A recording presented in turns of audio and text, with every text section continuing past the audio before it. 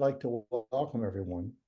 This is the April regular meeting of the Dallas-Fort Worth Friends of IANDS. The DFW Friends of IANDS, we meet every month on the second Wednesday at 7 p.m. Central Time. And except for the month of August, that's to make room for the annual IANDS conference, which this year will be in Phoenix. But every other month we do meet on the second Wednesday at 7 p.m. Central Time. And I'd like to begin by saying that this group, the DFW Friends of IANDS, does exist for people who've had a near-death or a related experience, or those who have a personal or professional interest in these subjects. We like to provide a forum to talk about these things where discussion takes place in a supportive atmosphere, especially free of judgment, proselytizing, or advice giving. That's kind of our standard opening. And tonight we have with us an experiencer from Las Vegas, Nevada. She's joining us tonight to share her story. And she is also the leader of the Las Vegas local IANDS group, which is getting off the ground there. So one technical detail about Q&A. So whenever you're watching and listening and you think of a question, just type it into the Q&A box. The chat box will be disabled for everyone, but the Q&A box will be active. And as those questions come up, we will field them once we get to the point where Q&A is we're to that point in our discussion. We'll take them one by one, and I'll put those questions to our speaker or to Jan Holden, who is with us this evening, our leader, and of course my name is Pete, and I'm her assistant in leading the DFW group. And our speaker tonight is Leena Zafary. Did I say it correctly? Zafary? You did. Yes. Lena? Yes, I okay, all right. And and she's going to share her story with us. Great. So Jan, would you like to begin? Yeah, Yes. thanks, Pete. And welcome, Lena. So Thank you. as you know, I have a kind of standard series of starter questions for near-death experiencers to tell their stories. And the idea is to create a little bit of structure, but really allow enough freedom for you to expand on anything you want to, and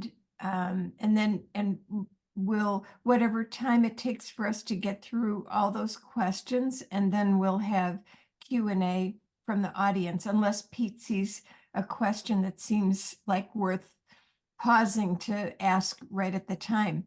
And both Pete and I may ask additional questions as we go as well. So to start, Lena, and maybe it's good for the audience to know that you and I just met. And Yeah. so I don't know hardly anything about your story. So I'm asking very sincerely all the questions that I'm about to pose to you, starting with, if you'll tell us who you were leading up to the circumstances surrounding your NDE. That includes your life circumstances, but also like your values, your priorities, your goals in life at the time that the circumstances around your NDE occurred. So who were you leading up to your NDE? Oh boy.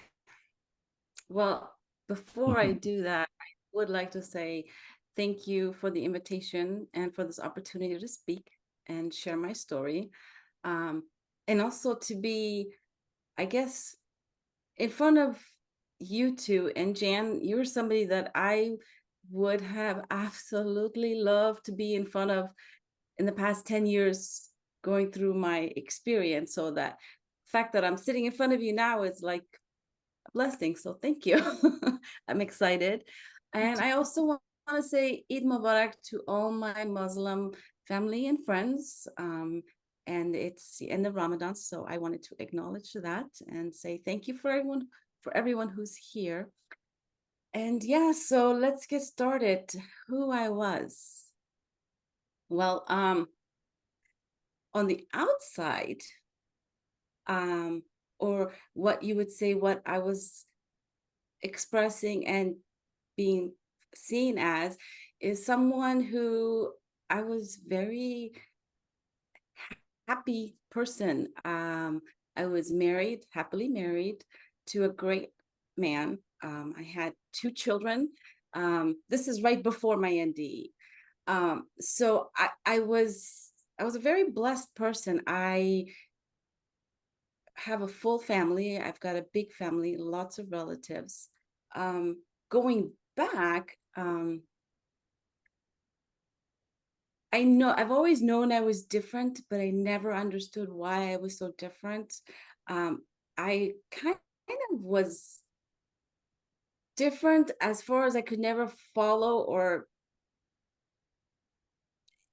things didn't make sense to me a lot. From the exterior, I was perfect. I had a very, very loving, wholesome upbringing, parents still together. I'm one of 5 siblings. I myself have 3 children. I have a large extended family and friends. I've been blessed to call my circle of friends that are around me today are the same circle of friends that I've had for over 20 years. So I've had a very good, strong, consistent life. Everything has been almost dreamlike in every way possible. I've lived a very good life. But there was a little bit of a struggle because internally, inside, it was a little bit different. It was a little different because I always found myself feeling too much, being too sensitive, feeling everything around me.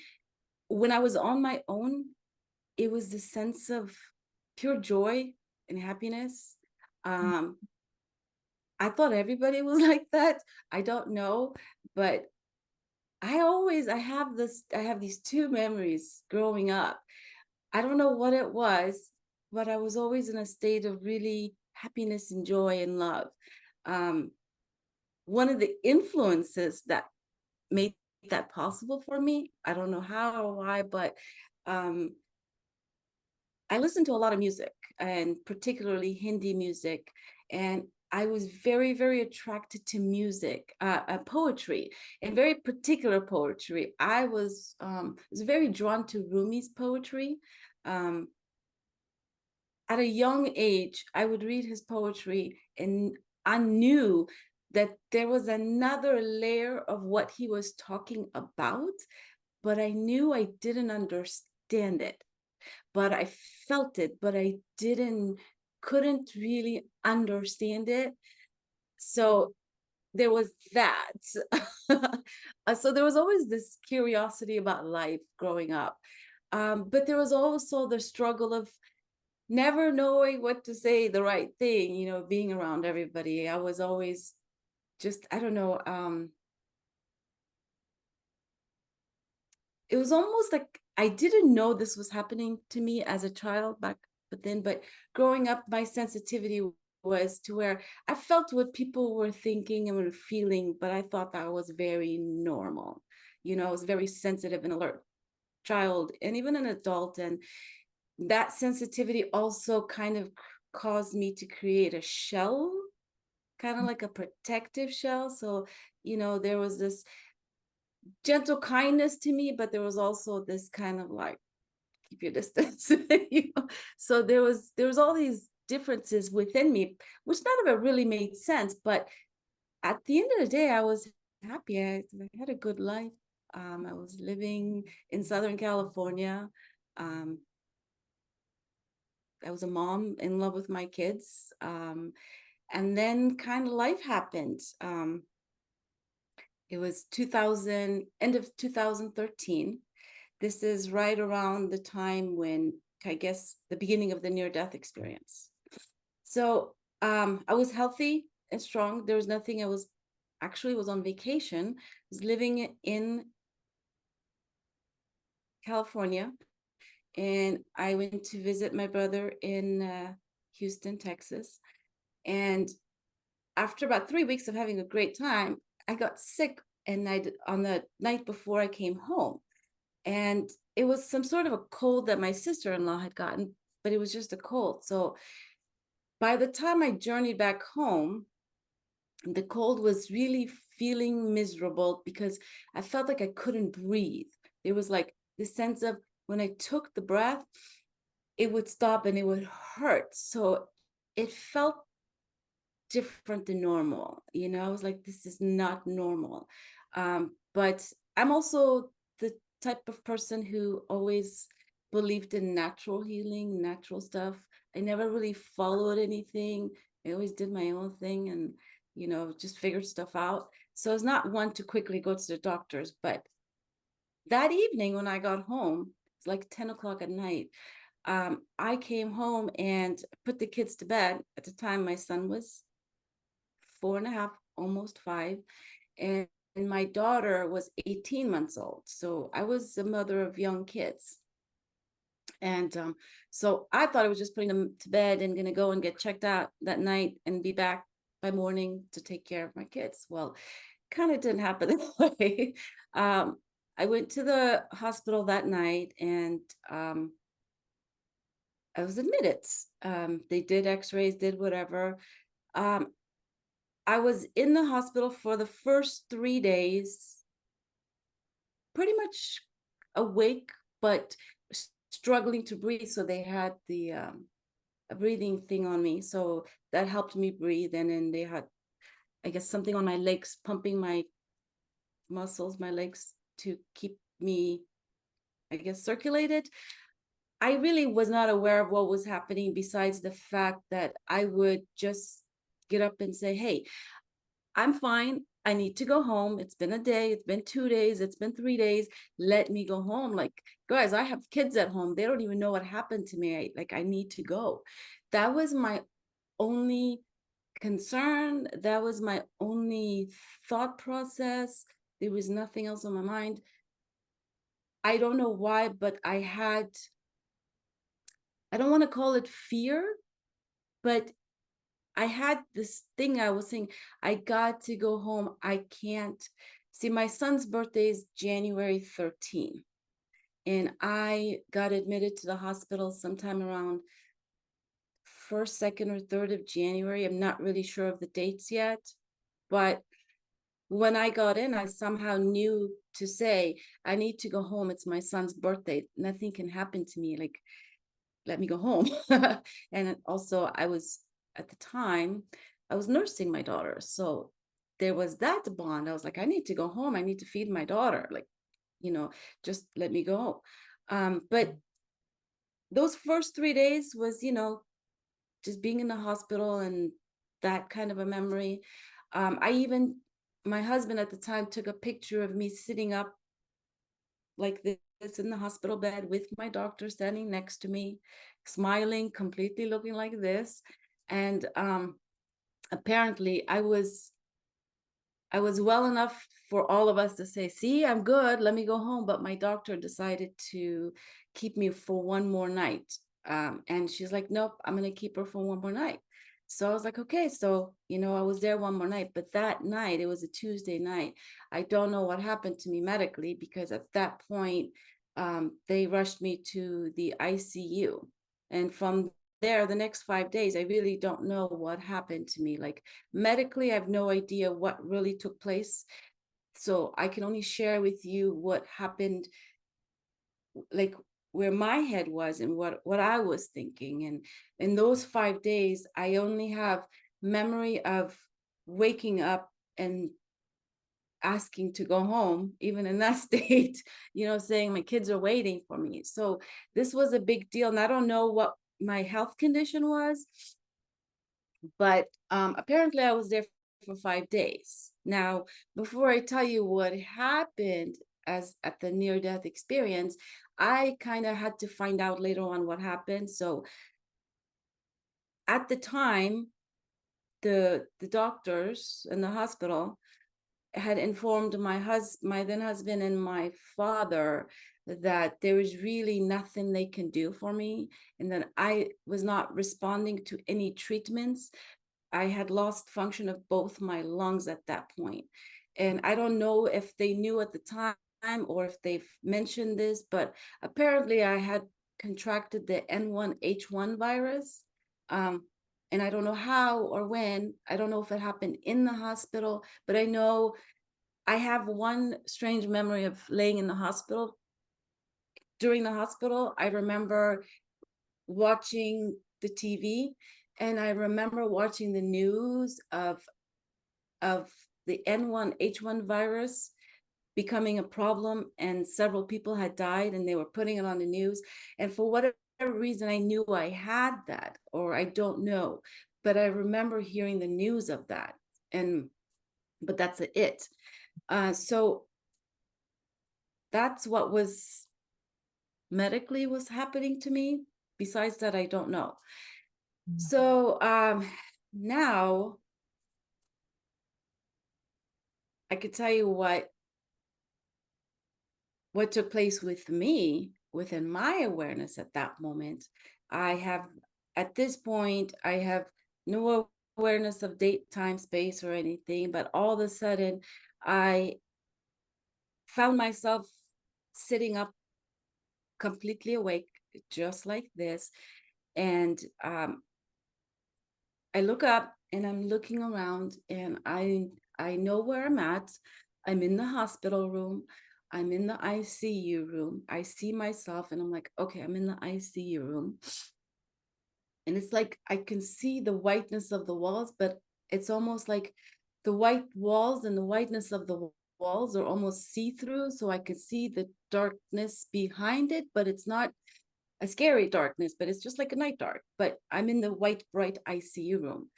And I look around, and then as I look to my right, I look down and I realize and I notice that I'm sitting at the edge of a bed, because to my side, I see my body is laying to my side on the hospital bed. So I looked and I was like, oh, well, there's my body. But it was just kind of like, oh, there's my body, but I'm still here, like the way I'm talking to you. So I was like, okay, well, there's my body. And as I look at my body in this space and time, I'm also hearing a voice come from, it feels like it's coming from this, but it's also coming from within. Sorry, my window's open, that was loud. So the voice, I hear a voice. It's a motherly, maternal voice, and it's very much like it's talking to me.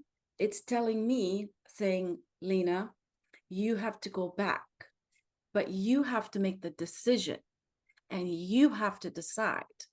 And then she stops, but this is what she says. And then I'm like, okay. But in the same time as this is being told to me, I'm also still looking around, and I noticed that I look at myself first, looking at my body, looking at myself, and hearing the voice. It feels like I did one first, the second, but it's almost like it was all happening at once. So my physical body that I'm looking at, it's completely crystal clear, like lake glass, kind of like a glass figurine, just pure glass. Like if you were to look through thick glass, I could see my legs, my body, everything. I'm just pure glass.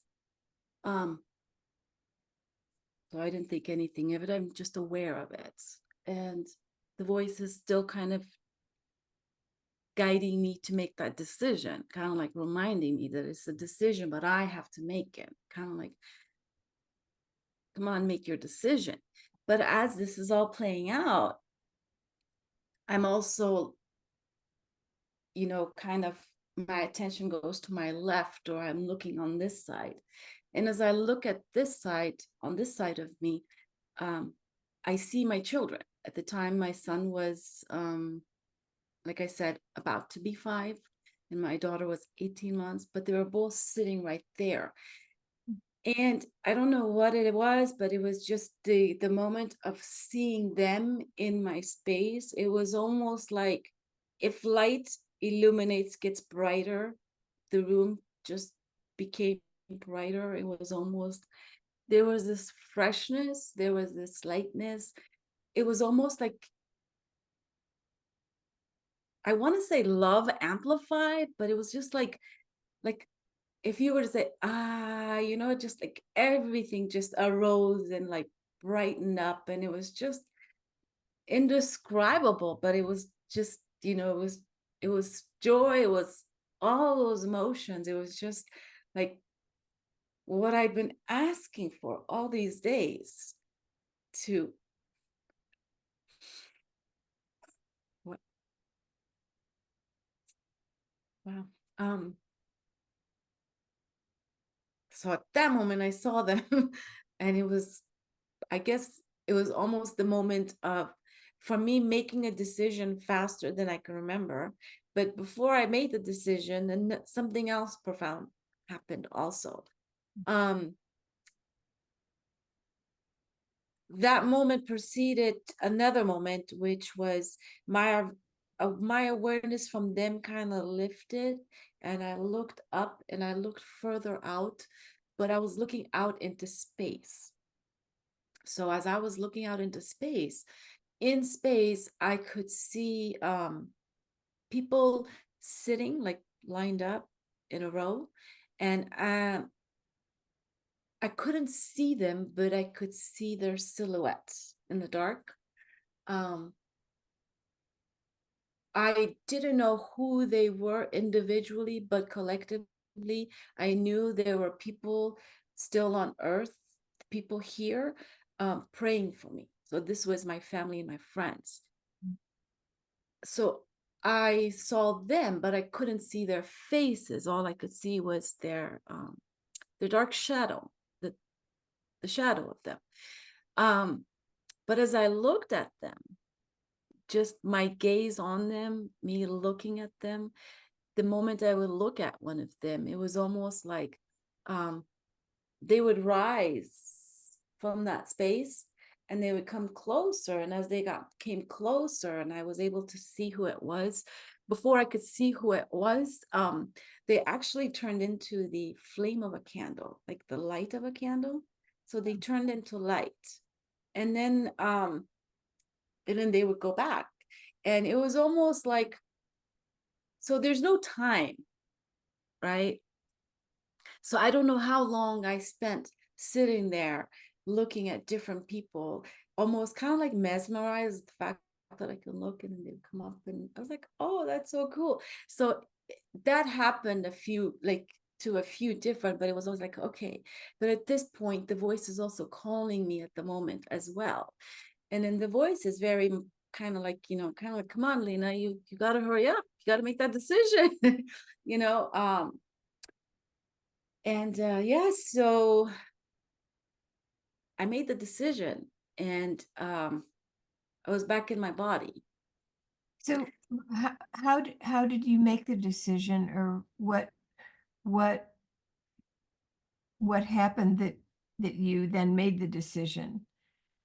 Or, like, were you, was there, I have no idea. I don't know. No idea. Okay. I have no idea how. I don't know how I came back. And the funny thing is I have absolutely zero memory of coming back into my body. I have zero memory of waking up. I have zero memory of being in my physical body. But here's the strange thing, which I found out maybe about a year and a half ago. A year ago, okay, so story between story, which I'll get to later.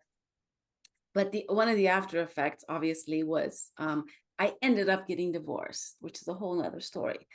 But a year ago, I reached out to my ex-husband and I was talking with him and I was like, hey, do you kind of remember anything from your point of view? Like, what happened to me? What's going on?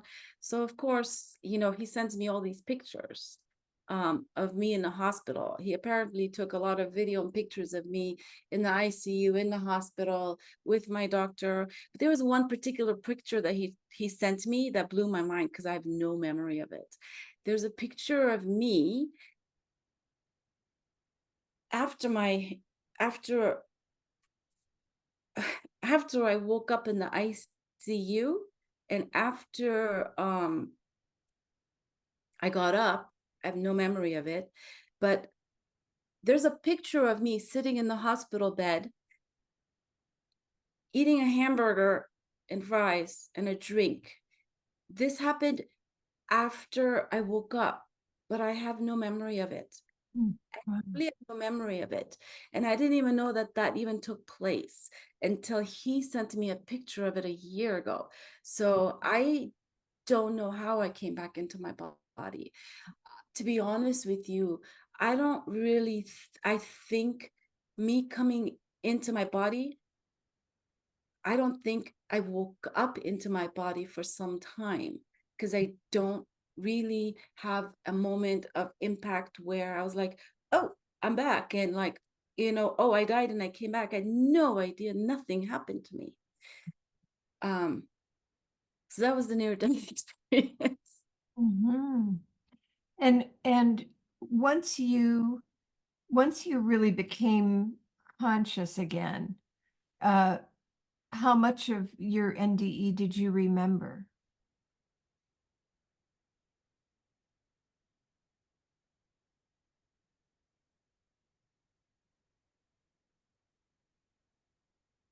After I came home from the hospital, Mhm. for the next few months, everything was very, very hazy for me. Mhm. I came back and, you know, I went right back into full 100% mommy mode. Like my world stopped and, you know, I got to come back for them and I came back for them. Like I put on those little goggles like this and I shut the world out and my focus attention was on my kids. Mhm. And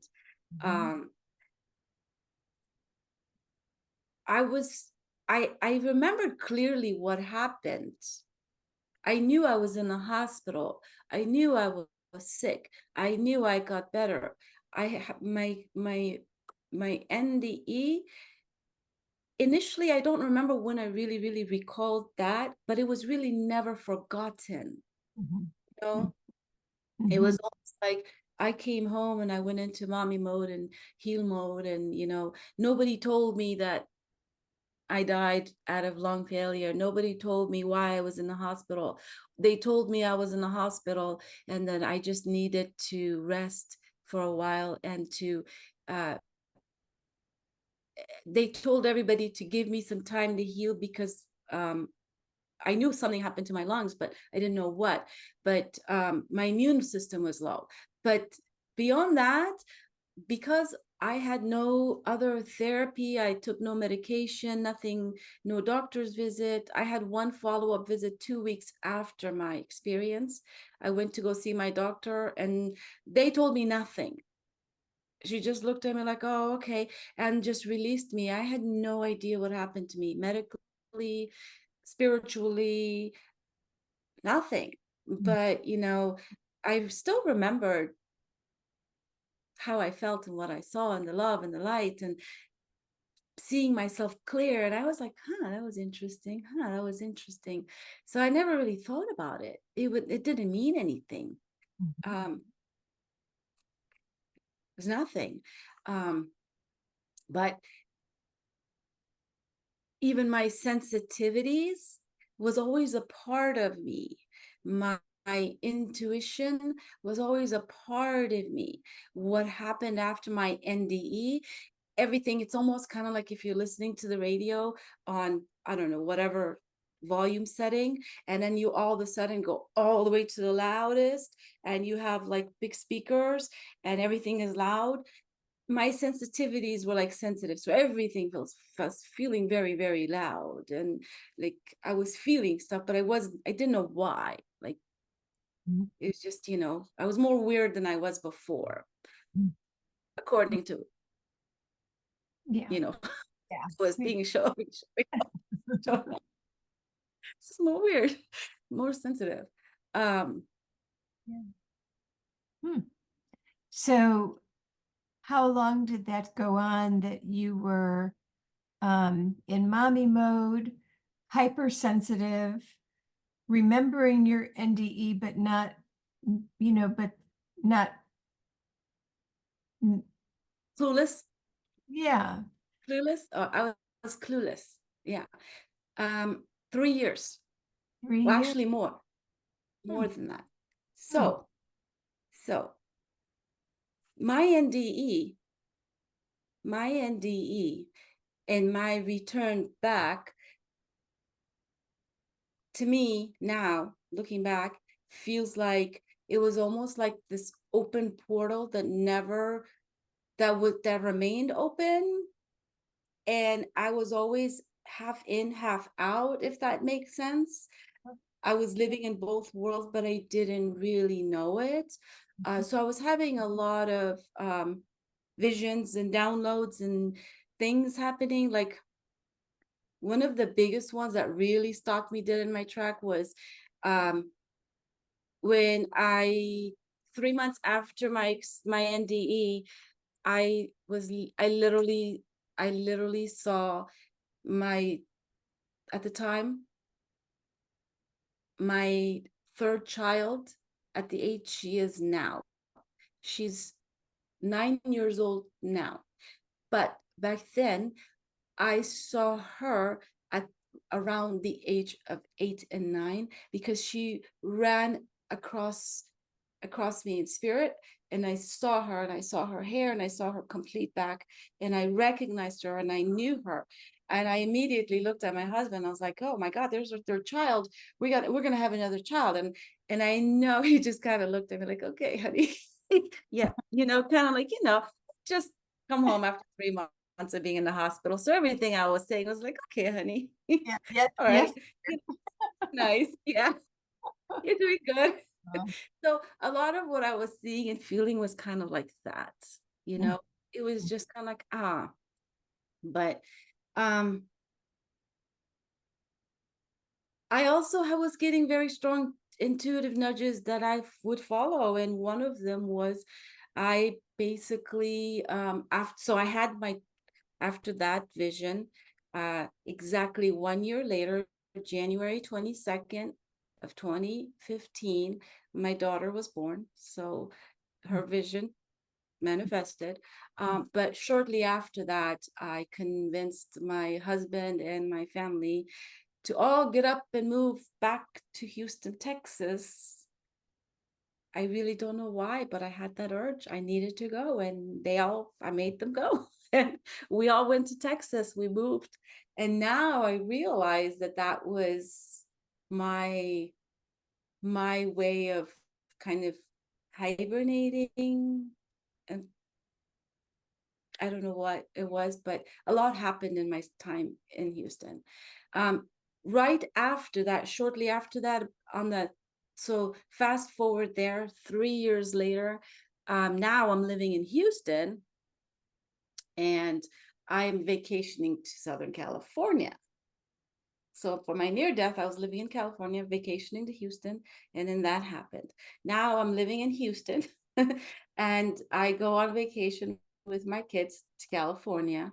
And in California, I'm amongst all my family, cousins, big tight family, right?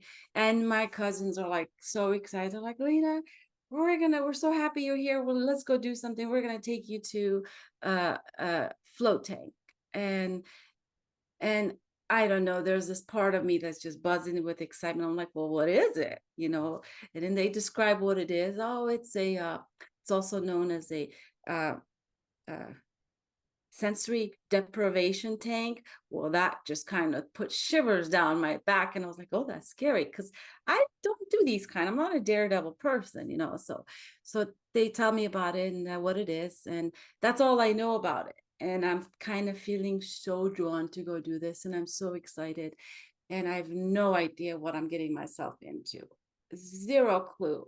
But there's this sense of excitement and a little bit of fear together, but more excitement. And so we hop in the car, and me and my cousins drive all the way to San Diego, and we go there, and they take me to a place. And long story short, I get my little space and I go into this float tank. And in that float tank, which is a whole nother experience within itself, but something happened to me in the float tank. I had what I call, well, it's referred to as a spiritually transformative experience, which I found out later. But what happened was almost everything I've learned about near-death experiences, for me, transpired in that space. So I actually had an official near-death experience in the float tank, because my NDE that happened in the hospital was love and light and my babies and me coming back. But it almost felt like whatever I was supposed to experience in that NDE, I rushed back so fast that the portal remained open for me for another 3 years, for an opportunity for me to be in a space to where I can re-enter it. And I re-entered that space in the float tank. And that's really where afterwards, when I came out of it, I was literally physically vibrating from the inside out, but I was beaming with light. I was just like, I could see myself and feel myself, but it was just the most, it was shaking of joy. Like, I can't explain to you. The experience I had left me buzzing. I literally recall walking out of the place and feeling like I had to look at the ground and to make sure that my foot was on the ground, that I was here. It was almost like, that's real, you know? So when I came out of that experience completely flipped my life upside down. And everything went sour and down after that for a few years. And then about a year after that, I discovered science. Okay. Years after that. Can you say a little bit about what happened during that near-death experience in the float tank? What did it consist of? What did your experience consist of? Oh, a lot. Mhm. A lot. I had a hard time talking about this for the longest time, because it took me a long time to really understand the magnitude of, you know, what took place in there. So before I explain to you what happened in there, I kind of have to give you a full picture of who I am at this point, because it's so important. Up until now, I've had my NDE, I've had a child, and I'm still clueless as to what's happened to me on any spiritual level, because because I have zero language. I grew up as a Muslim. So, and in Islam, growing up, I had a hard time. I had a hard time being understanding a lot of stuff about religion, and I had a lot of questions, and I never really felt connected with it because my questions never got answered. I was just one of those curious kids that asked very, very straightforward questions. Like, I remember being a child and wanting to know. So this was me as a child. And I remember asking, and I don't remember who, I remember asking if Muhammad went to the mountains for 40 days and had an experience and came back and became the messenger of God, why can't I, and how can I do that? And that was not a well-received question. So I don't know why I asked that, but I asked. And along those, there was a lot of other questions I asked. So by the time I was an adult, it was very much of a love-hate relationship. I didn't have a very good relationship. I did not consider myself religious. And being from that fate, as we don't,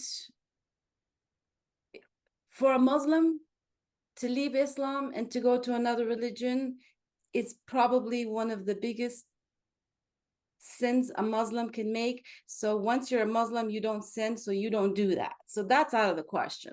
So I've spent my life being a Muslim who didn't feel Muslim, but didn't understand it.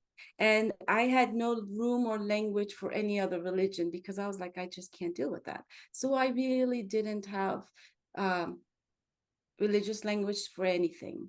I was not spiritual at all. I did not meditate. I did not read spiritual texts. I did nothing. I was clueless. I'd never heard the word meditation in 2017. I know. I don't know where my head was, but I wasn't following anything. But so here I am, clueless of anything. And but still open, very aware, and very consciously awake, and very in many ways, but still not aware and awake to my abilities and my awareness. But in the floating, things happened that was beyond my understanding as Lena. So when I came back, that made me question. I'm like, okay, now this makes no sense. So here's one of the first things that happened.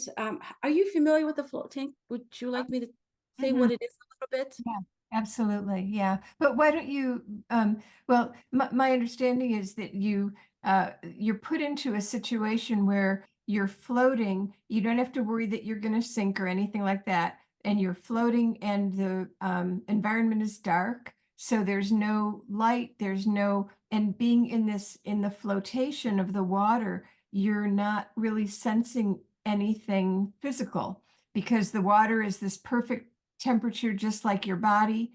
And so there's like nothing stimulating you from the environment whatsoever. And it enables you to have a completely internal experience of whatever is going to unfold from your consciousness. Yeah. So somebody who had never heard of meditation or had meditated a minute in my life, I went into intense meditation without realizing it because sensory deprivation, all my senses were turned off completely. I couldn't hear anything. I couldn't see anything. It was so pitch black that when I opened my eyes, I realized that there was no difference between opening and closing my eyes. I was like, huh, I can leave my eyes open or closed. It's still pitch black. It was just this weird that was an awareness I had in the water. So here I am laying in this tank of water, and I'm floating. And as I'm floating, I'm having a hard time. I'm like fidgeting. I'm fidgeting and I'm moving, right? And I'm having a hard time, and I'm just getting relaxed.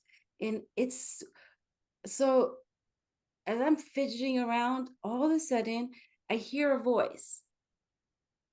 And this voice is a very calm voice. And it says, just relax. Take three deep breaths. So I just inhaled and I took a deep breath, my first breath. And as I took my first breath, as I inhaled, I also opened my eyes and I looked up as I'm laying in the tank. And the strangest thing happened is I saw, as I was pulling in, I saw this beautiful white, you know how the smoke at the end of a cigarette kind of has this beautiful lace? Wafting. Yeah. I saw this beautiful white flowy smoke just come, and it entered my nose, and I inhaled it like you would inhale perfume. And I was like, and I just inhaled it. And I did that like 3 times.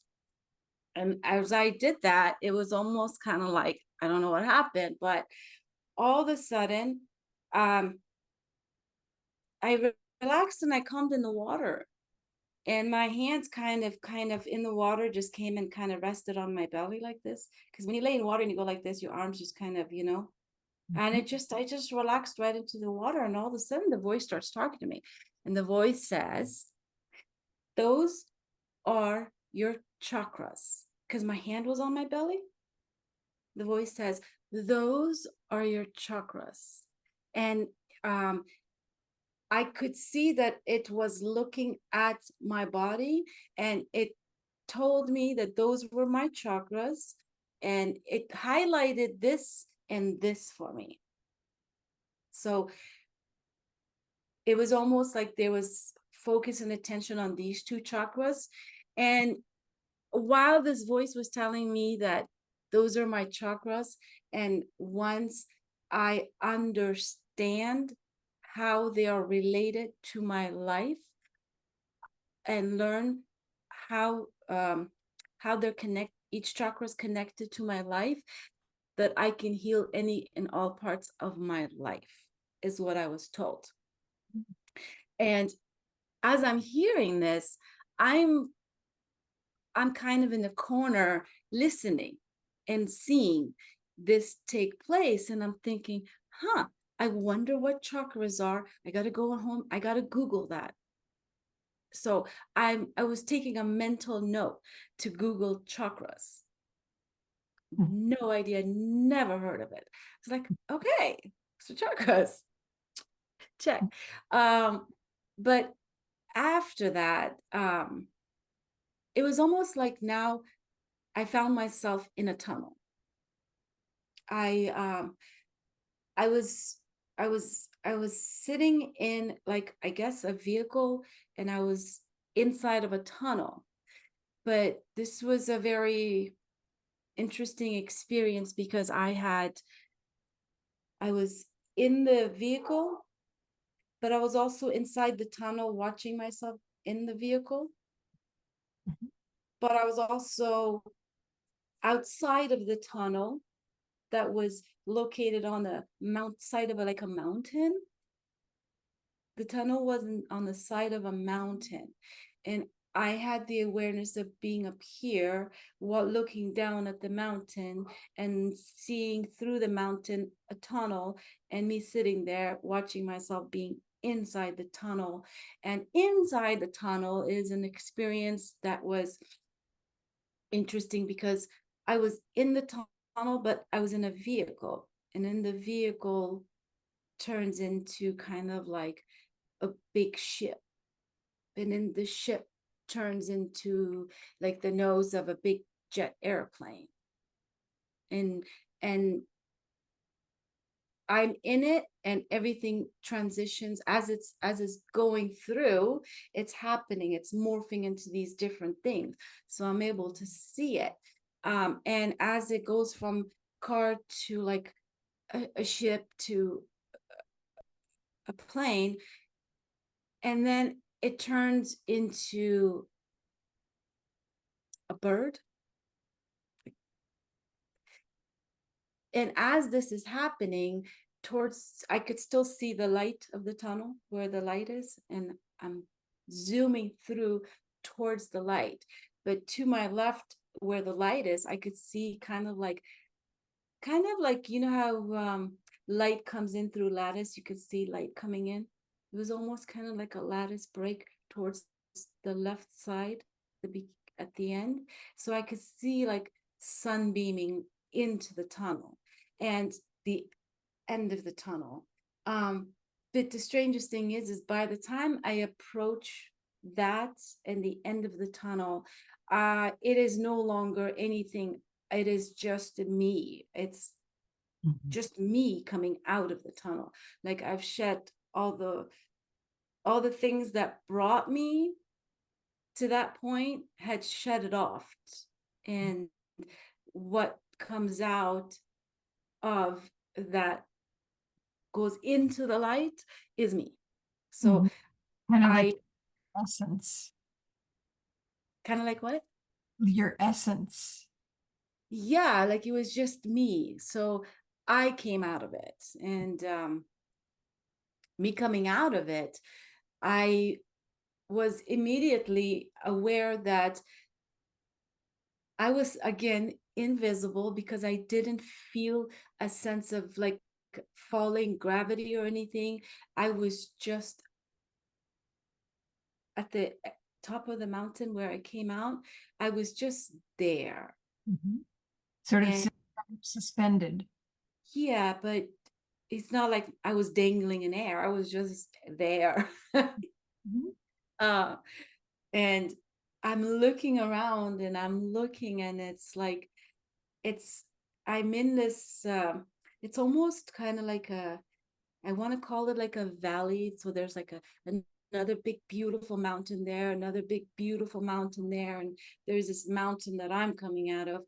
And so there's this beautiful valley, and like depth, very deep. And I'm seeing beautiful green, and I'm seeing flowers, and I'm seeing like flocks of colorful birds just, passing by. And it's just like I'm seeing all this stuff happening. And then again, I'm looking to my left, and I am literally like face to face with a hummingbird.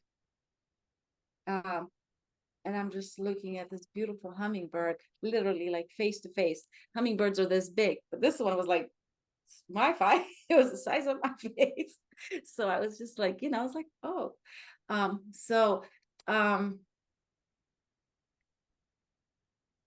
Yeah, it's almost like a lot happens, but happens in so that happens, and then next I know I'm actually out in space. And out in space, I'm also the space. Like I am the space. And as I'm looking up, as I'm looking out, I see the earth in front of me. And the way the earth looks, the roundness of the earth in front of me, it's almost like a slideshow's happening. First, before I see anything, I see the words micro and macro written really large, bold letters on top of the earth. And I'm having another one of those moments where I'm taking another mental note in my mind. At the moment, I'm going, micro and macro. Last time those two words, I was in like school and I read, I should have paid attention, kind of like almost feeling myself like, uh-oh, what's about to happen? Because micro and macro I know is something, but I'm like, do I know it? Like, did I pay attention? What am I about to do here? So as I'm looking at that and having those thoughts in my mind at that moment, all of a sudden it's almost like the slideshow happens. I'm looking at the earth, and the earth has this beautiful, full giant tree, from like the way the tree of life, the circle tree, just filled up the earth.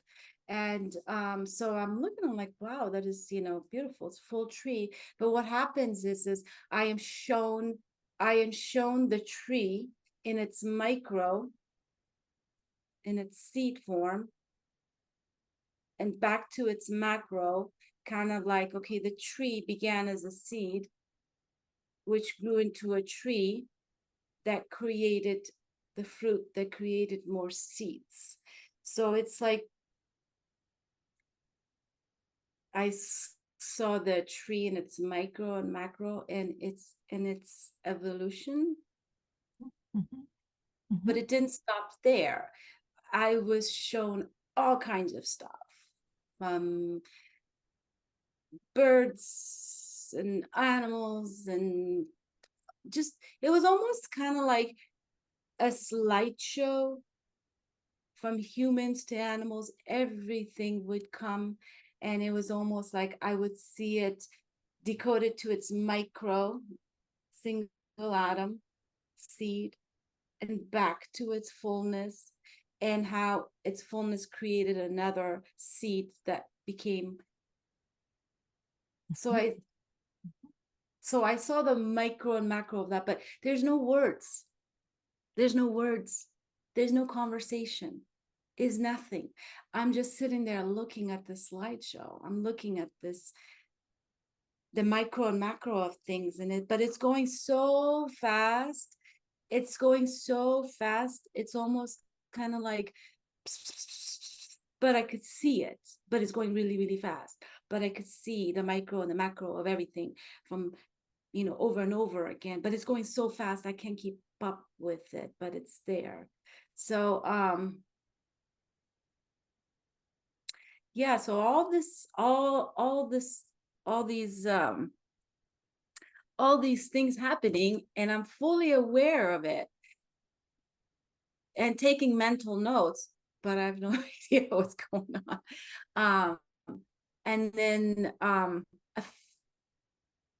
so there's another part of it that's really happened was it's a little hard for me to talk about these things because this happened 7 years ago, and for a very long time I couldn't make sense of a lot of stuff, like why I was seeing it, what it meant.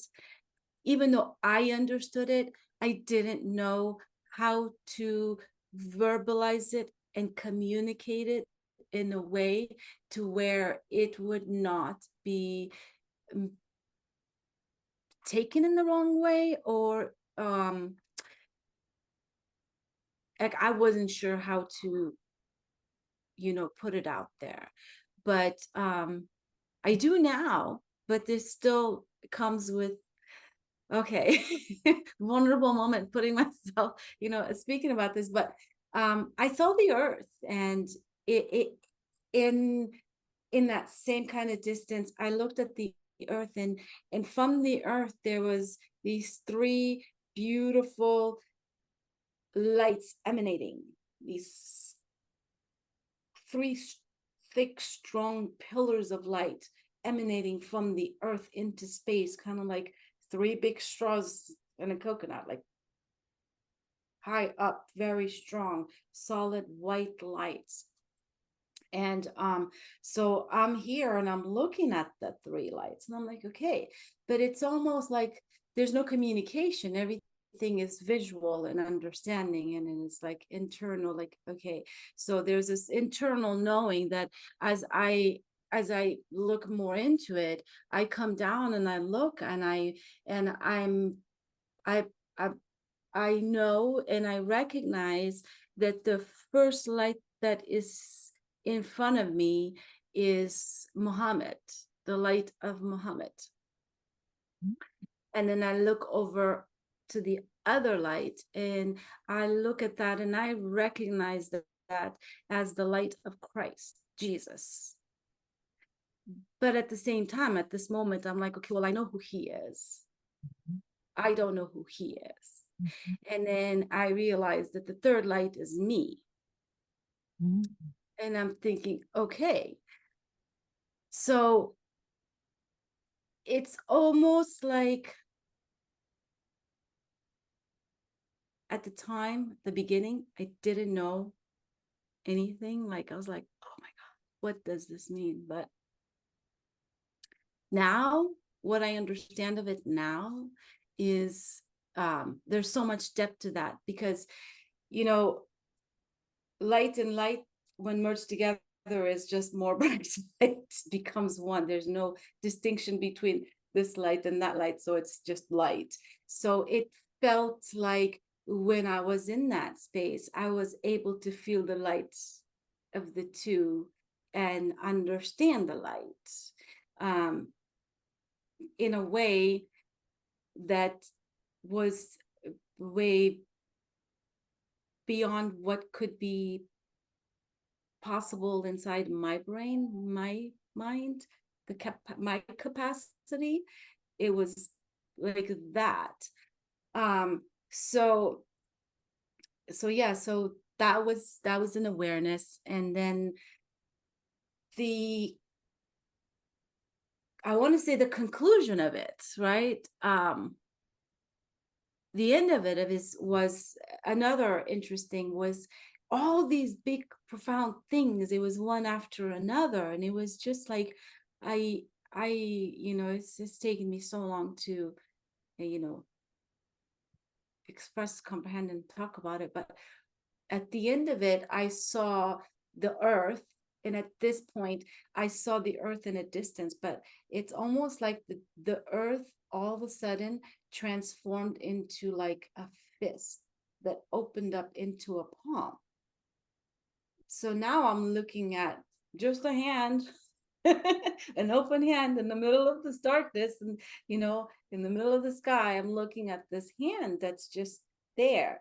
And I could see from the corner of my awareness over here, I see a tiny little, tiny speck of light, like a speck of light.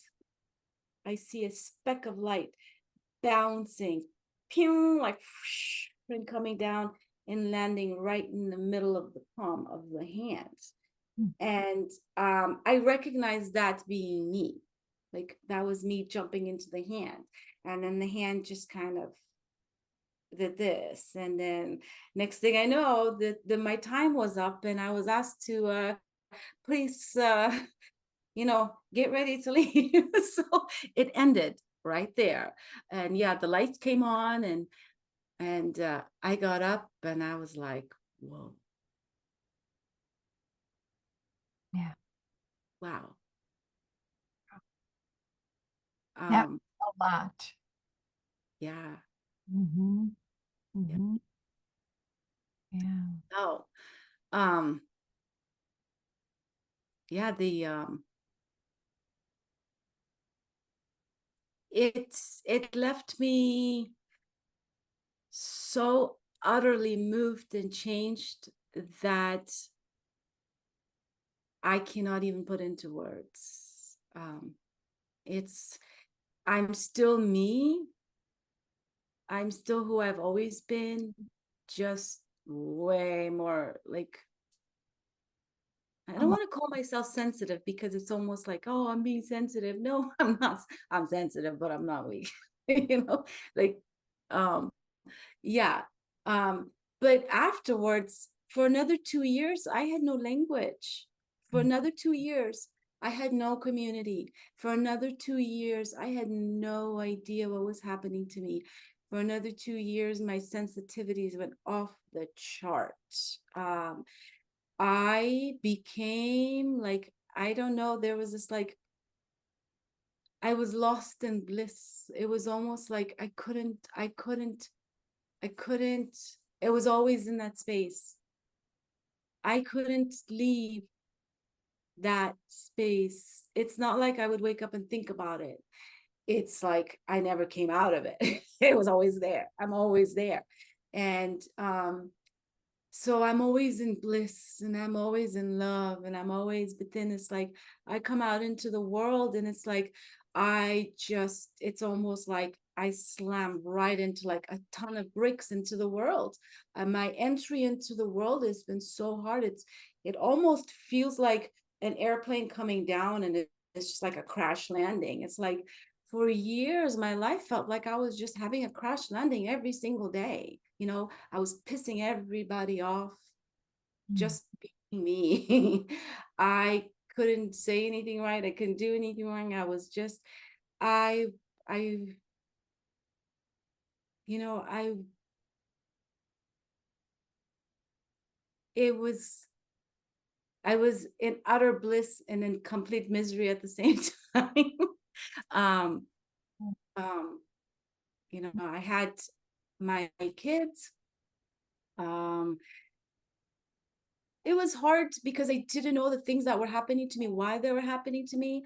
And when I tried to talk about my experience, the people that I was telling to looked at me like I was batshit crazy, like really, like come on, like it was never received. I didn't have proper language to talk about it.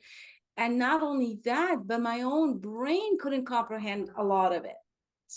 I was not, you know, here I am having conversations with Christ. I come back and all I can do is, you know, want to learn about Christ. And the strangest thing happened is, you know, I came back and thank God I was at the time living in Texas, because I felt like I was isolated enough to where I could hide out in my house. And basically I hid out in my house for like 3-4 years, and I just focused on my kids and learned how to function and how to be. I couldn't, going out was horrible, the sensitivity, and I didn't know why. I couldn't understand why I couldn't function outside, you know.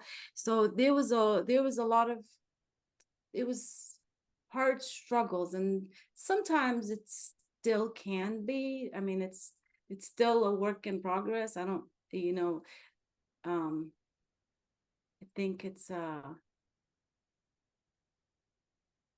just an unfolding that happens every day. It's like more and more, you know, downloads and more understanding and more, I get it. But it's still hard for people who don't know that. And I still, when I go out, I have like a strong effect on people. Either people love me and they're just like, you know, or people are just like, get away, you know, like they don't want me. They, you know, it's two reactions. So it's very interesting dynamic. But yeah, in that process, I did have a hard time with a lot of relationships. A lot of my relationships just kind of went sour and kind of exploded. I managed to piss a lot of people off. My marriage ended. It was really, really difficult for me. But all that made me question myself. It made me question my experience. I was like, am I going crazy? What is going on? I'm the common denominator. Everybody's telling me I'm crazy. Am I crazy? So, you know, like, but at the same time, it was almost like the universe always took care of me. The universe always provided me with so much support in the sense of, I always had the right book, the right person, the right materials to read and to guide me. I never looked for things. Things just came to me. The books that I needed to read would come to me. The people that I needed to explain things to me, it just showed up. Movies, any question that I would have, the universe would just answer me with my question and my answer. In billboards, Facebook, on books, magazines, everywhere. Just so I had this open communication. It was always like everything just is. But at the same time, the human side, the Lena side, I couldn't understand and figure out how to be human, how to fit in, and how to be normal, you know, and I don't know, whatever that means. But yeah, it really made me look deep into who I was. And yeah, it was almost like, who am I? I have no idea who I was. Wow. And it sounds like it's still a work in progress, like it's still an unfolding process for you, that you're still discovering and realizing things. Oh, absolutely. Absolutely. Yeah. It really is. It's not so much more now. It's like, I understand it. Now I get it. Like Now what I what know. what meaning do you have for it? What, when you say you get it, what do you now understand? About well, I understand that the experience that I had, what it is, and the validity of it, and the realness of it. Now, I am no longer questioning, am I here? Am I here? I know where I'm at. Now I know that who I am as a human, as Lena, I have discovered now, you know, who I am, what I like, you know, the things that I do, and the things, you know, what I'm interested in and all that. But at the same time, I also know that within me, within this container, also is a life connection to the divine that is like an open portal. It's always there. I mean, it's almost like I can turn and I can be here, and I can turn here, and I can be with the divine, and I can be here, and I can, you know, that there's a balance for me to being human and being Lena and being imperfect, and also know that I have access to the same energy that I was in my near-death experience. I'm able to bring that clear me and use those eyes to look through the body that was here. It's almost like, So, yeah. so you're in one aspect is you're sort of learning to navigate being in the world, and also knowing that at it's also true that you're not of the world, that you're here and you're also beyond, and you're learning how to navigate that. Yeah, it's almost kind of like my life here on earth feels like from out here perspective, right? That I'm having a human experience that lasts so long. So for this amount of time, I get to use this physical body to be able to go and play and eat and smell and do things and make things and create things. Because after my time in this body is over, I get to still hang out here and have access to the things that I created. So if I don't create nothing, when my physical body is gone, it's almost like, you know, what am I coming down to? What am I gonna say? This is me. This is what I was. So now it's kind of like, okay, so I get to do. I get an opportunity to create things using this body here while I'm here. Because after my body's gone, I'm still going to be able to be here. Because when I had my NDE, even though my body was over there, like I was still here. I was still able to see the world. I was still able to think, and I was still able to feel. I was still able to analyze. I was able to think. I was able to comprehend or not comprehend. So that part of me must live on. So if that lives on, I'm gonna probably ask myself why the hell I didn't do shit while I was here. Oh, you had a chance. Well, so now I understand that that was that chance. So Mhm. yeah, that's, maybe that's the understanding. Yeah, yeah. So it's paradoxical in a way because although you know you're not ultimately, this is not just who you are, this physical you, uh, it, that that realization actually has made you appreciate and enjoy and see life as an opportunity to take advantage of while you have the chance. I do. I really do. And um I've been called selfish because I do live, um I can see the world through my eyes, and I can truly go into heaven is on earth, and be in that mindset and just be, really living like, wow, this is just beautiful. But then I'm reminded, well, how can you be selfish? This is going on, and that's happening here, and that's happening there. And like, I get it. I get it. I know that that dynamic or that duality exists, fear, but um I don't see the way I see it is, it's kind of like light and dark, kind of like, if there's light, and we humans, our experience here on earth gives us the ability, with our bodies, to create shadows. So if there's a shadow, that means light is blocked. So I guess in an essence, what I'm trying to say is, what am I trying to say?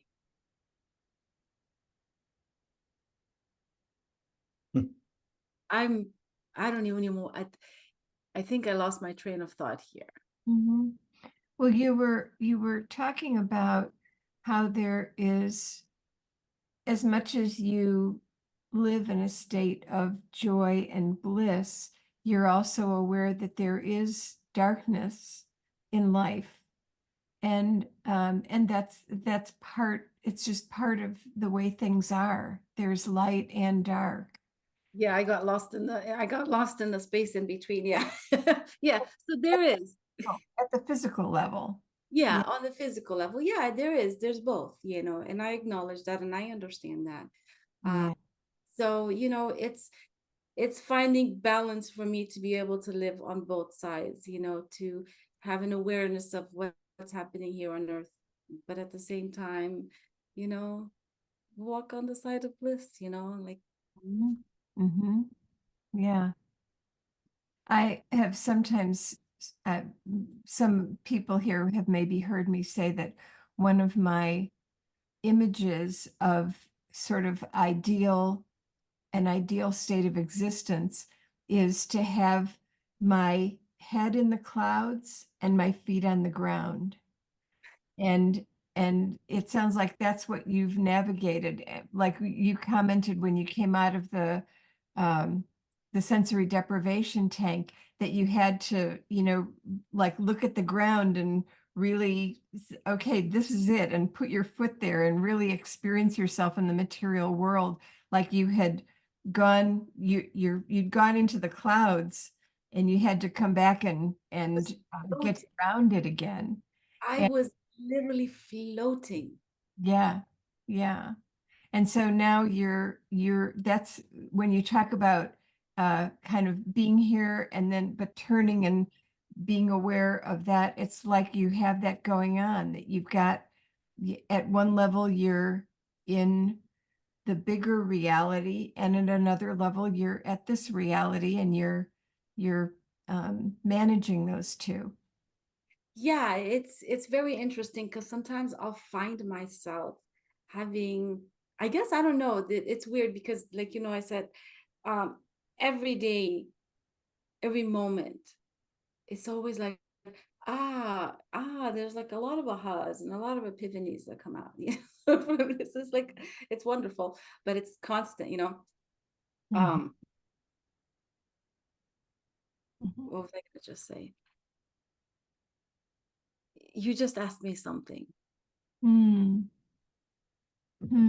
I don't know that I asked you as much as tried to summarize that you're navigating and balancing the being grounded and also being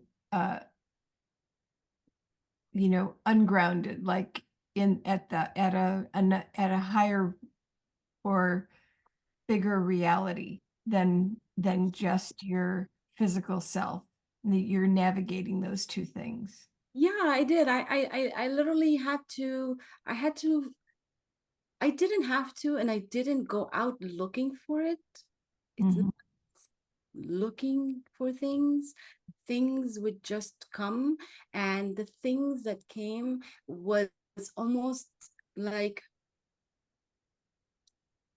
I was reading not to learn, but I was reading to remember. I was reading things that made me remember my experience. And the literature and the text that I was reading, I found out later was pretty much all NDErs, like Alan Watts, Stuart Wilde, and a few of the other, ones that like I didn't know that's who they were and what they were. And Dr. David R. Hawkins, his books, I understood what happened to me Mhm. and the experiences I had in a backward way. Mhm. Mhm. Mhm. So Mhm. Yeah, retrospectively. it so after my STE, I was so shook up. I was so not confused, but confused because it was so real. But I didn't know what to do. What do I do with the images? What do I do with what I've learned? What do I do with all these downloads and insights happening? What do I do with all this stuff? I didn't know, and couldn't make sense of it. So in the text that I was reading, I started to understand. So at the time I was going through my life upside down, and I realized that I needed help and that I needed to speak to somebody. And I didn't know who, because nobody understood me, but I knew there was people. And I found online programs for coaching and stuff at the time randomly. And I realized it's like, oh my God, if I tried to go find somebody to help me figure out what happened to me, first, I don't know how to explain it. Second of all, everybody I've talked to didn't understand, so it'd be a waste of my time. So I thought in my mind, well, this course was teaching you how to do all these things. It was one of those coaching human potential, where they taught you, mental, emotional, physical, and spiritual, how to be a coach and how to do all that. So I figured, okay, well, I can't really afford therapy, and I didn't know who to go for. So I said, I'll just invest in myself, and I'll take this course, and I'll learn what I need to do. I'll learn what I need to learn from the course instead of paying somebody to figure me out. I'm just going to learn how to do this. So I took the course. I took a 2-year coaching course just to figure out and learn what happened to me. And along those, I took many other mini courses by, I don't know if you're familiar with the works of Ken Wilber, and a few of the other people. But so I started to take all these courses, Greg Braden, and I started to read these things, and I started to piece together. And I was like, these books that I'm reading, these courses that I'm reading, they're all talking about where I've been, but they're leading people how to get to it. Hmm. Wait a minute, hold on a second. So I was like, so I'm already here. Let me figure out how I got here. So I pretty much learned all these things, books and coaching, Course in Miracles, and anything for 5 years. It was almost like this insatiable desire to read. Like I was plugged in on my headphones from morning to night, and all I could do was read and consume and take classes and do these things and understand and learn how to meditate. I learned this, and I learned chakra system. I learned everything. I learned I took psychology classes. I took all kinds of stuff to try to figure myself out, because it was such extreme. And for whatever reason, my brain had the capacity to understand and learn all that. So I found language. I learned what happened to me based on what people were teaching people where to go and what to do and how to get to that. And I was like, okay, well, I'm there. So I learned that. So I pretty much figured my stuff out. And in that journey, I found IANDS. And I don't know how, but things just showed up for me. But yeah, I discovered IANDS, and I was like, oh my God, there's other people. I'm not alone. Oh my God, I'm not crazy. That was like, that was like the biggest, relief. It was almost kind of like that moment where you're like, okay, it was like that breath of like, okay, I'm not alone and I'm not crazy. This is good. So this has been, this has kind of been the past few years for me.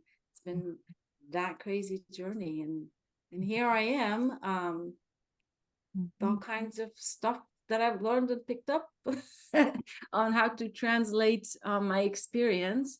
But yeah, this is. Okay. So, Pete, I know you've been taking notes. I bet you have a lot of questions. Well, I do actually. We do have one comment actually in the Q&A, and I would invite anyone who has a question to bring it to go ahead and type that in. But Felisa says, and this is a comment for you, Lena, you express the details of a truly ineffable experience of such articulation, eloquence, and grace, and tie the before, during, and after with seamlessly. Thank you, love. She said. So, and so yes, that's a very nice comment. And so the first question I have, I want to go back to they tell you to get out of the water, and now it's time to end what was going on in there, and you have to go out into the world.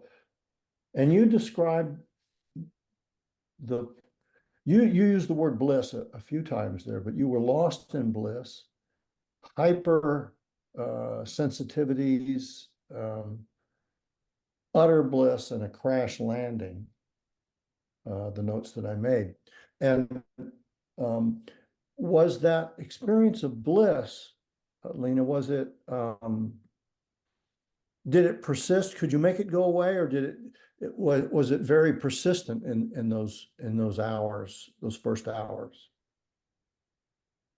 To be honest with you, I don't think it's ever left me. It's That sounds always persistent. part of me. It's almost like something that's inside is just there. It's like Just there. It's a part of my heartbeat. I don't know. It's a part of my it's just Being. yeah. It's your being. But when the experience first happened, I was visibly shaking. I was visibly vibrating. And it slowed down, but I remember that for days I kept checking myself and I was still vibrating, but in a good way, not like when you're nervous or scared or anxious, but in a good way. I was like, yeah, there was kind of like when you hit a tuning fork and that resonant frequency is still there. It was like my body was still a tuning fork, and it was almost like it was the resonance of the experience was there for days. Whereas a tuning fork, it stopped after like a couple minutes. Well, I was still for days. I don't remember how many days, for days. Yeah. For days. But it's still with you, is it not? Or is that what you're saying? It is. That sense, but now what it's you no described longer as like bliss. but now it's no longer a vibration. It's just it's my state. Like when I unplug from the world, when I get, when I'm just me by me, it's almost like it's that feeling of being in a hammock. It's that. It's just peace. Mhm. Mhm. And does that state, what about that makes it feel like a crash landing? Something. What about that runs up against the realities of life in a way? Yeah.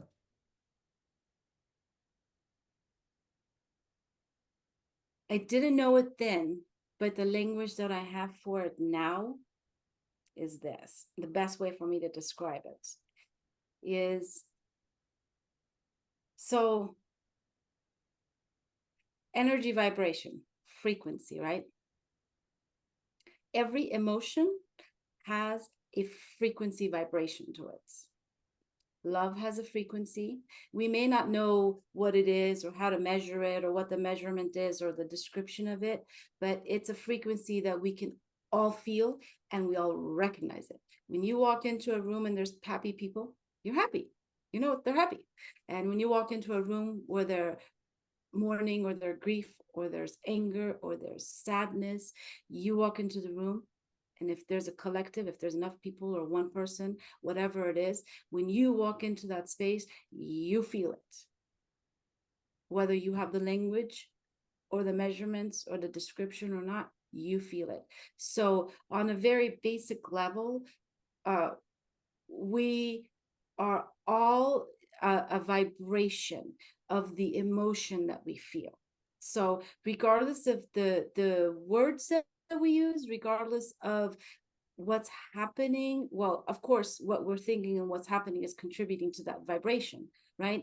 But that vibration that we're feeling, even though we can mask a smile on it or say I'm okay or I'm fine, but what we feel inside here underneath our, our physical look, that emotion has a frequency vibration. So if you were to just look at it from the frequency and vibration, if you're on the frequency channel of, I'm just going to use whatever, like 10, right?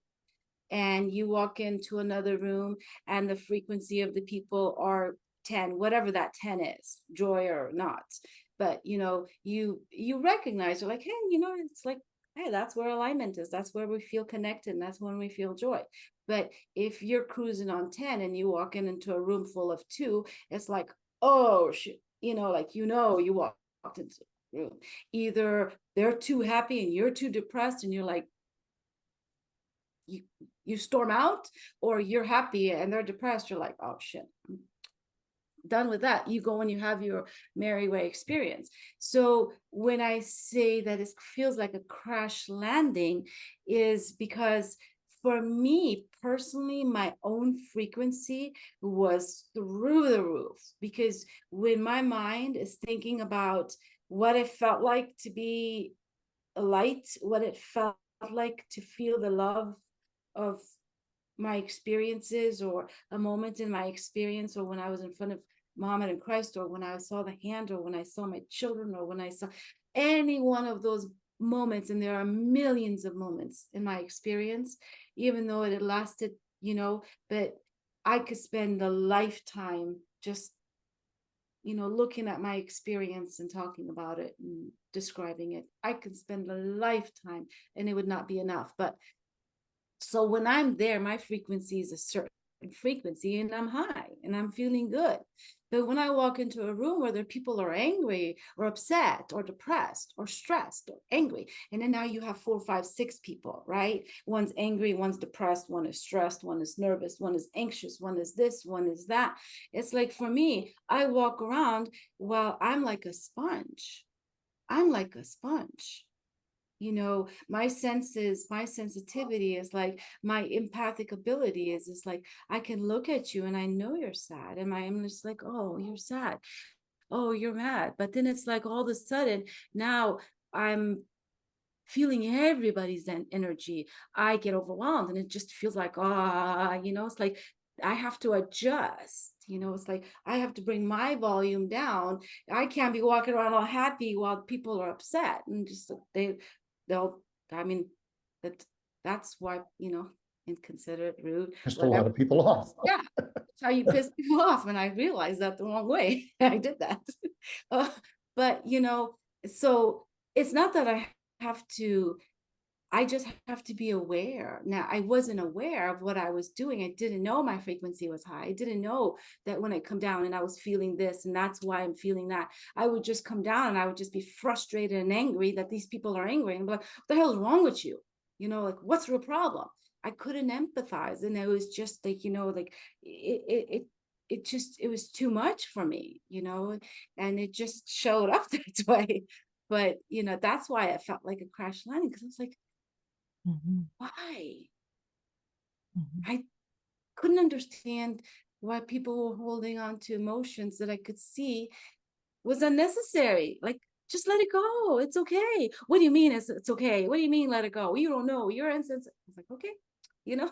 So when you deal like that, that's why it becomes difficult. It's not that the people are bad. And I feel like that was another really, really big learning and thing for me, because, you know, I would describe it as negative emotions, or you're being negative, you know, meaning it's just negative energy, meaning like it's not positive energy. But it took me a long time to understand that when I would call somebody out from negative energy, I was doing it from my view, but from their view, they're looking at it as an insult, like I'm calling them bad or raw, you know, evil or wrong. Or no, it's like not that at all.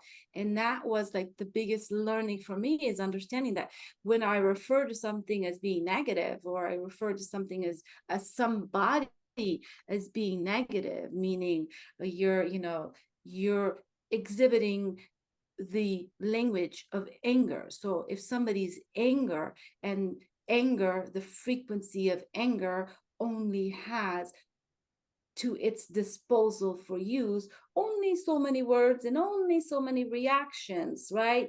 An angry person is not going to be like, well, hi, how are you? How is your day? That language is not in their vocabulary and in their mind. So they will never use that language. And, you know, with every emotion, with anything. So, yeah, so I had to learn to decipher and understand emotions on a frequency level, without judgment and without calling it bad, but calling it for what it is, you know. Yeah. And Yeah. it's still a little. Yeah. I hear that. Yeah. Being able to acknowledge that there is that difference, and that it is unpleasant to move from a higher vibration to a lower vibration without evaluating that negatively. Just being able to acknowledge that is part of how it's part of physical existence. Yeah. Yeah.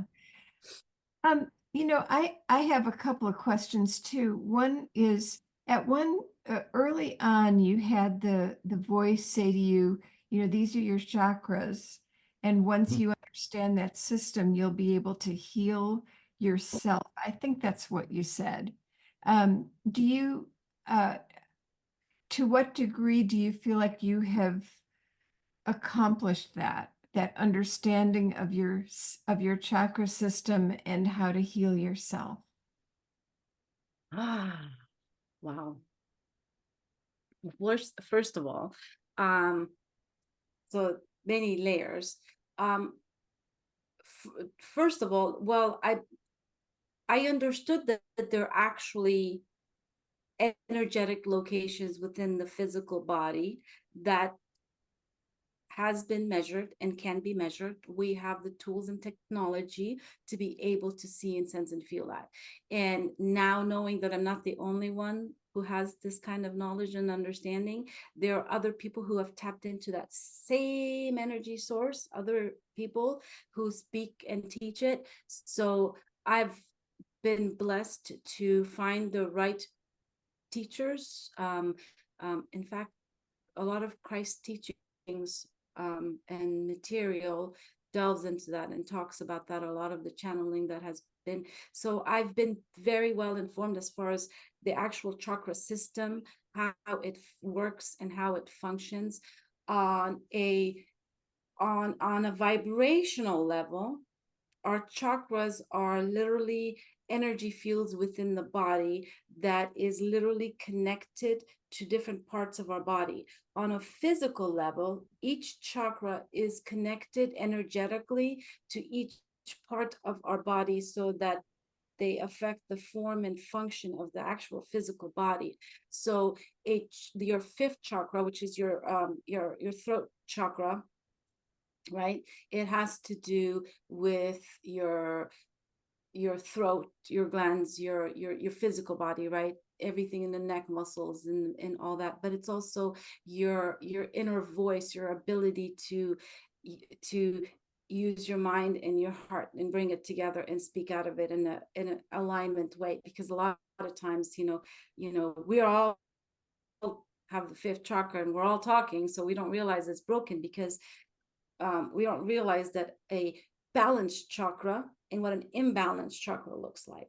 An imbalanced chakra is essentially, it's kind of like if you were to look at it as a spinning disc, right? If it's balanced, it's spinning straight in an even form. So it's kind of like everything moves in harmony. But when the chakra is off balance, right, things are not in balance, so things slip and slide, so things move. So on internal, when your thoughts and your mind, this is how I perceive it, this is my expression or understanding of the chakras, but the mind in the body, the heart, the soul, when it's not connected, when you're not aligned with what you're thinking and how you're feeling about those thoughts, when they're not in coherence, when they're saying two different things, it throws off this chakra, because now you can't really articulate what you're saying. So the chakra is off balance. But what a balanced chakra is, a chakra that is has the ability to use the thought process and the proper emotions with the proper thoughts to where you're able to explain something in a cohesive way and express yourself. So that's what I understood and took from it. And in that same manner, each chakra, each layer is the same exact way. So understanding what each chakra, how it is connected to your physical body, like how it's affecting which parts of your body, and then also how is it affecting your internal body, like your heart chakra. Are you happy in your heart? Are you fulfilled with love? Are you yearning for love? Are you saddened by love? Are you heartbroken? Where you are in life is a reflection of the balance in your heart chakra, for example. So for me, understanding somebody's chakra system is evident in what's happening in their life in different areas and different parts of it. So if somebody's having relationship issues, the heart chakra, what's going on? If somebody's having issues of, making decisions, maybe perhaps a solar plexus. So each one has its own unique way it's affecting us in our emotional life, physical life, mental life. And then also, one of the many blessings that came with all of this is I, acquired not only the language to articulate my experiences, but I've learned a lot of cool tools and ways to do things. Like I was fascinated by bioacoustics, which is the study of sound and frequencies. And that was something that completely makes sense to me. You know, bioacoustic biology looks at the human body through the sound of the voice. So through the sound of the voice, we can decode what's happening within the body. So that means there's something to it, right? If I can tell you what's going on in your liver, or what's going on in, you know, different parts of your body from the sound of your voice, that means what's happening here is emanating out. So you can use sound and frequency to figure out what's happening here, but you can also use sound and frequency to help bring that into alignment. So, you know, I look at healing from so many different ways and perspectives. You can heal physically, mentally, and emotionally, and vibrationally through sound, because at the end of the day, our thoughts are a frequency, our emotions are a frequency, our physical body is a frequency, and every single layer and part of our body is a frequency. So when we are essentially out of balance, this frequency is out of balance, and it shows up in the voice. So that means that we can heal from inside and from outside. You know, you can literally listen to in meditation, you can listen to the sound and frequencies that balance your chakras. And sometimes just finding that peace and balance, the stability and that calmness within our inner frequency, right? And the chakras get a chance to just relax. Whatever is on each chakra that needs to be healed kind of shows up. You know, things that are bothering you, whether it's an emotional issue, physical issue, mental issue, you know, they start to surface. And, you know, then you get a chance to maybe perhaps go into it, heal it, deal with it, whatever choice of modality you use. But bringing balance to your chakras, whether you do it from mental, emotional, physical, or from the outside, bringing balance and harmony to your physical body through your chakras, is just another way to harmonize and heal. Mm-hmm. And thanks. Was there anything else you wanted to ask, Pete? Well, toward the end of your presentation, you said that in your journey that you found IANDS.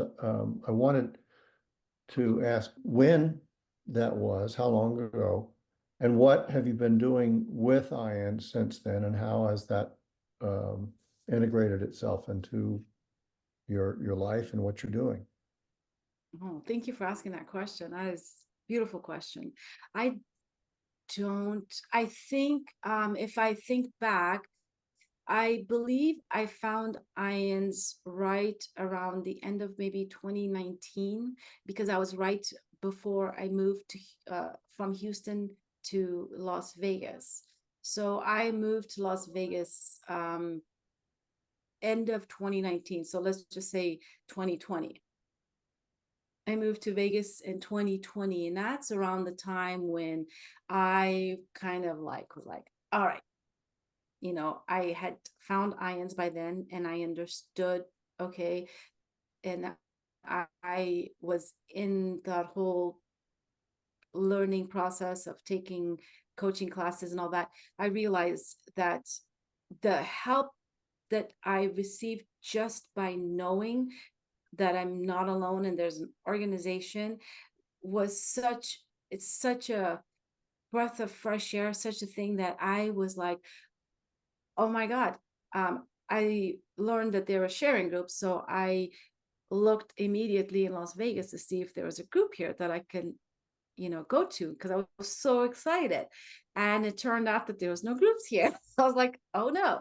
So, you know, me being the way I am, I went on, I don't know who I messaged. I don't know how I found Chuck, but I did. But I sent a message to IANDS, and I don't know who I spoke to or how, but I basically asked, I'm like, well, I'm in Las Vegas and I want a group to go to, and there's no one here or whatever. And they were like, well, why don't you start one? I was like, okay, well, I will do that. And then, so at that point, I was like, what do I got to do? And I got an email saying, well, this is what you got to do. This is the process, the application. I was like, oh my God. So I did it. I submitted the application and I gave my referrals and I did the process and I got interviewed and then all of a sudden they're like, well, congratulations, you can start an IANDS group in Las Vegas. And I was like, yay. So that's how I became the group leader for IANDS of Las Vegas. It's because I was looking for my community and I was like, I finally found other people. Now I want to meet them. I want to, I just wanted to meet others like me and I wanted to meet them in person because I knew nobody. I was like, it's like, oh my God. So yeah, so that journey started. And again, all this was still fresh for me. All this discovering that I had an NDE, discovering that I had an STE, and then that there was a name for that. And I was like, oh, okay.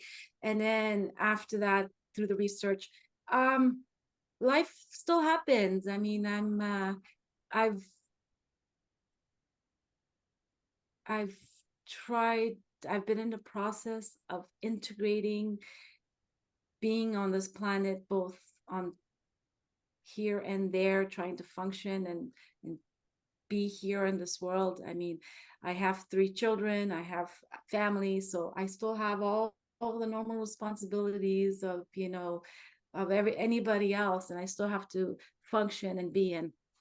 So it's been a journey. It's been an experience. I'm still, integrating. I'm still healing. I'm still learning. I'm still becoming that version of me, that is that perfect blend of that part of me and this part of me. And IANDS is creating that space. And honestly, I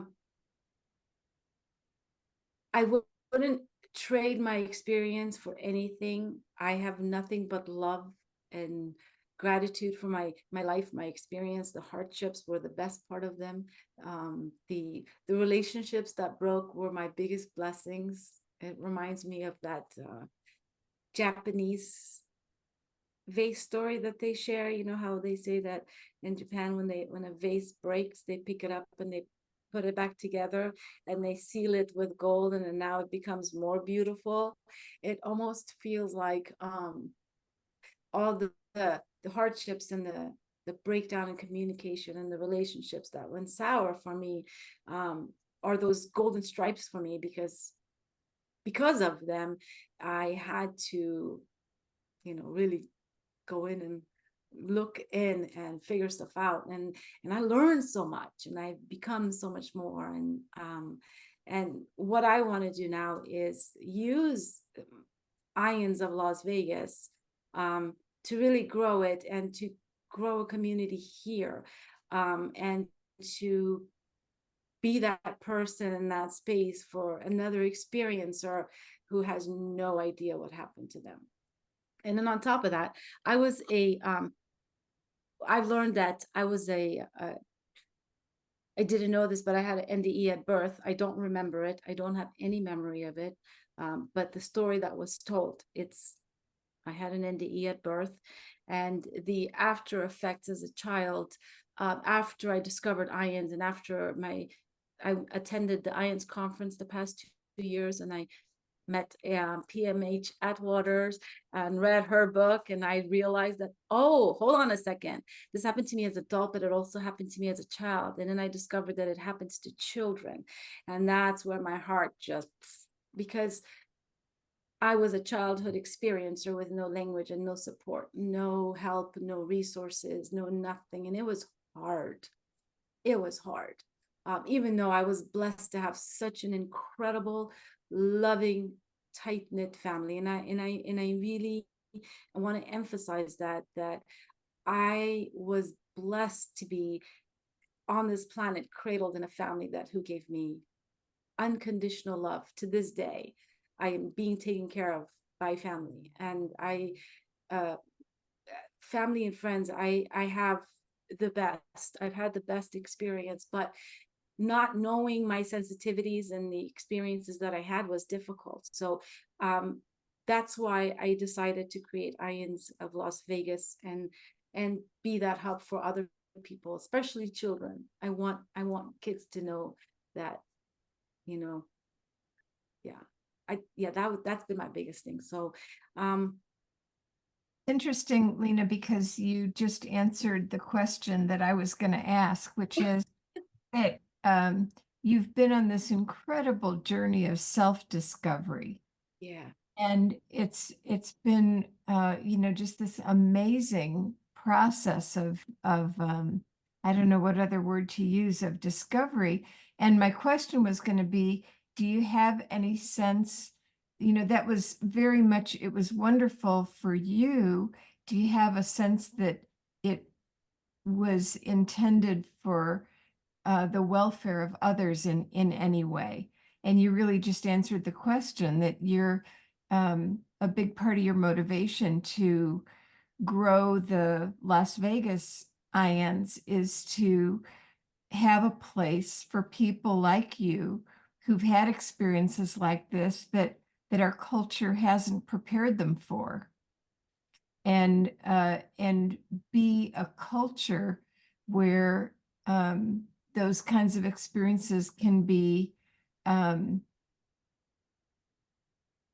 expressed, and people can learn how to articulate them and how to mine the gold that's in them, Mhm. and maybe especially for children who may need that that support. Yeah. So So they're not alone, to know that there's nothing wrong with them. Yeah. no, they're exactly. Yeah, that to get past that feeling of isolation and wrongness, that they can feel connected and okay. Yeah. Yeah, absolutely. And it's strange that we have to separate ourselves in ways, but I've always been curious, like since I found IANDS and near-death experiencers, I haven't personally found too many Muslim NDErs or stories, Mhm. or I've heard of any, people from my country, my language, my background speak of it. And with what is happening in my country, there's got to be other experiencers, Yeah. you know what I mean? When that's when they typically happen, right? When we're in that space of almost near death, whether physically or emotionally or mentally, is when these typically occur. And there's a lot of people in that space Yeah. past Yeah. few years. And even And with like you, probably without the language or words to even describe it to themselves, much less others. well, Mhm.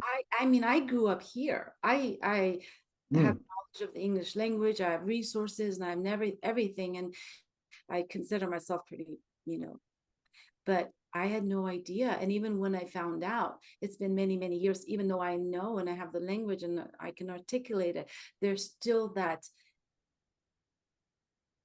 It's hard to talk about, because when you put yourself out there, there's so many people who don't understand it, but their words are so hard that it hurts.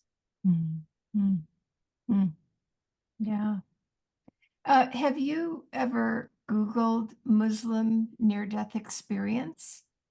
Yeah, I, because I there is, have. there's a lot out there. I can't remember a woman who wrote a book years ago about her NDE, um, and it was a beautiful book. Um, and I just wish I could remember her name.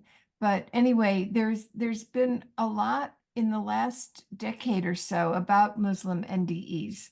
So yeah, there's It and would be very fascinating to learn about them. I find it fascinating to learn about Muslim NDEs just because of the connection for me and the Yeah. meaning. Yeah. Yeah. Oh, wow. Well, our time is just about up. And within the last minute, is there anything else that you feel Spirit move you to say about anything related to your experiences?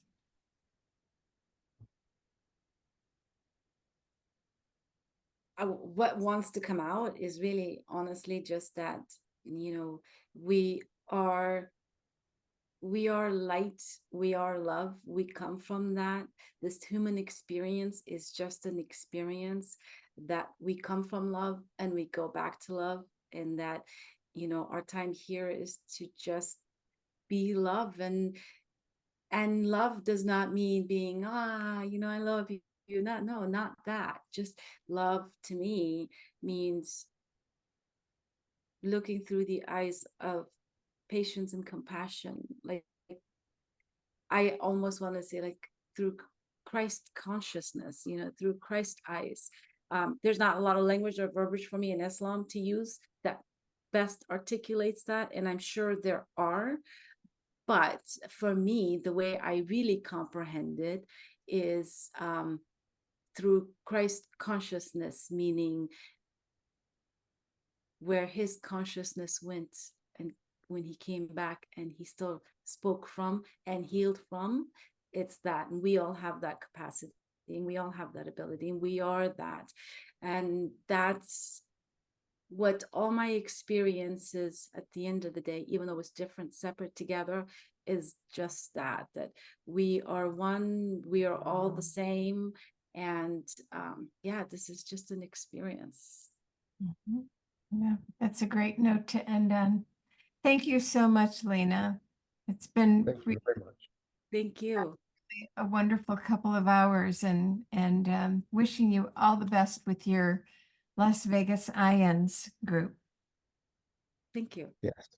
You bet. Thank you. All Thank you right. for the opportunity to share my story. It's been Yes, great. and if you want to see this, this will be, this is being recorded, and the video will be available and up on the IANDS website here in the next couple of days. So if you've paid already to see this, you'll be able to have access to it. And we're working on seeing if we can make that video available to you for use on your website in Las Vegas to promote Oh, that your group there as well. So Yeah. uh, And Pete, what's on our docket for next month? Do you? we will be meeting in person next month. We'll be hearing from Michael Graves, who has had, he doesn't use the word, but he's had what I think is very close to a shared death experience with his wife. Okay. And so, and he lives in the Dallas area, so he'll be sharing his story with us next month in person. So Wonderful. Thank you. Thanks again. And thanks everyone for coming, and I hope you have a good rest of the evening. Thanks again, Lena. Thank you. thank you. Bye-bye.